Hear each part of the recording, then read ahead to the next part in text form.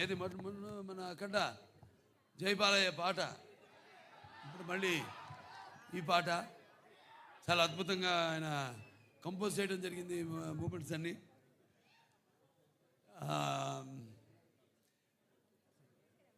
ఇక మా music director Nandamuri Thaman నాకు చెప్పక్కర్లేదు, అది ఆయనే చెప్తాడు. ఆయన చెప్తేనే బాగుంటుంది, ఆయన గురించి ఆయనే చెప్పుకుంటే బాగుంటుంది. ఎందుకంటే పూర్వకాలం ఇప్పటికీ పాపం నిద్రలేని రాత్రులు ఎన్ని గడుపుతున్నాడు. అదే ఒక సమిష్టి కృషి. ఒక సినిమా అంటే ఒక రెండు చేతులు కలిస్తేనే చప్పుడు అవుతుంది, శబ్దం వస్తుంది. అలాగే అందరి ఈ కలయిక. ఈ చూస్తారు రేపు సినిమా చూశాక మళ్ళీ మాట్లాడతాను మీతో ఆ సినిమా గురించి, అక్కడ తాండవం గురించి. అంటే శివుడి ఆజ్ఞ లేనిదే చీమ కూడా కొట్టదంటారు. అటువంటిది ఈ సినిమాలో ఎవరి ఆజ్ఞతో ఏం జరుగుతుందో ఈ సినిమాలు రేపు మీరు చూస్తారు. మీరు అలాగే కాశాల శ్యామ్ గారు ఎంతో బాగా రాశారు పాటని. అలాగే శ్రేయ ఘోషాల్ గారు, అలాగే బ్రిజేష్ షాండిలే గారు వాళ్ళ గొంతుల్ని అరువిచ్చారు, ఎంతో బ్రహ్మాండంగా పాడారు పాట. ఇలాంటివి ఇంకా చూస్తారు సినిమాలో రేపు. ఇక సినిమా ఎలా ఉంటుందంటే కొన్ని మనం చెప్పకూడదు, బయట పెట్టకూడదు. థియేటర్లో చూసినప్పుడే మీకు తెలుస్తుంది. ఎందుకంటే అఖండ ఒక మొదటి భాగాన్ని పెద్ద అందరినీ ఎంతో సంబరాశ్చర్యాలకి గురి చేసింది ఆ సినిమా.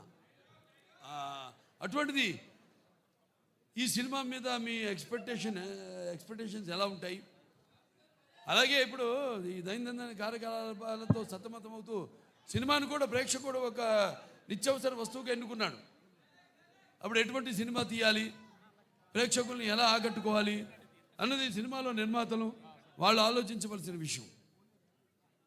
అటువంటిది రాము ఆచట్ గోపి గారు,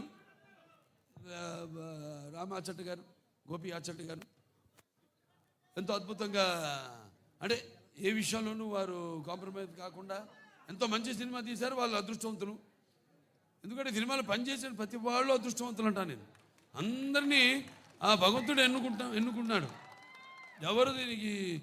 ఎవరు ఏమేమి ఎన్నో శాఖలు ఉంటాయి, ఆ శాఖలకి ఏ శాఖలకి ఎవరెవరు పనిచేయాలన్నది ఆ భగవంతుడే ఎన్నుకున్నాడు.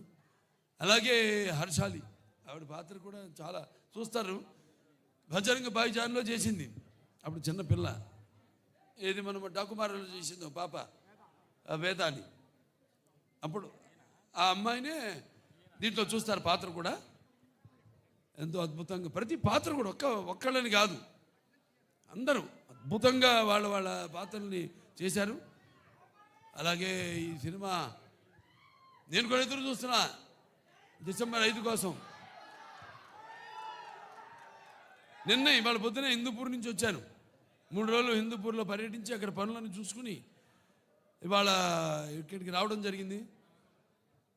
మళ్ళీ ఇక ఈ సినిమా మొదటి ఫంక్షన్ అక్కడ చేయడం. ఇది కేవలం తెలుగు సినిమా కాదు, ఇది మన భారతీయ అంటే సనాతన హైందవ ధర్మం అంటే దాని ఒక శక్తి, దాని యొక్క గౌరవం, అలాగే దాని యొక్క పరాక్రమం ఏంటో ఈ సినిమాలో చూస్తారు మీరు. అంటే మన సనాతన హైందవ ధర్మం అన్నది మన జాతి మూలాలు. మన జాతి ఏమి నేర్పిస్తుంది? సత్యం కోసం పోరాడండి, ధర్మంగా జీవితాన్ని గడపండి, అలాగే అన్యాయం ముందు తల వంచవద్దు అని చెప్తుంది మన సనాతన హైందవ ధర్మం.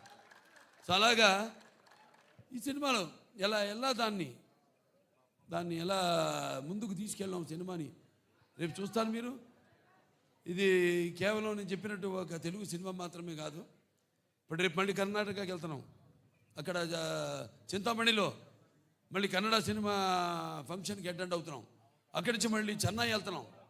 ఇలా ఈ సినిమాని అంటే ఇటువంటి మంచి సినిమా మనకు తెలుసు, మంచి సినిమా ఇదేంటో అనేది. వాళ్ళు మన దెబ్బకే దెబ్బ తిరిగిపోయింది వాళ్ళకి.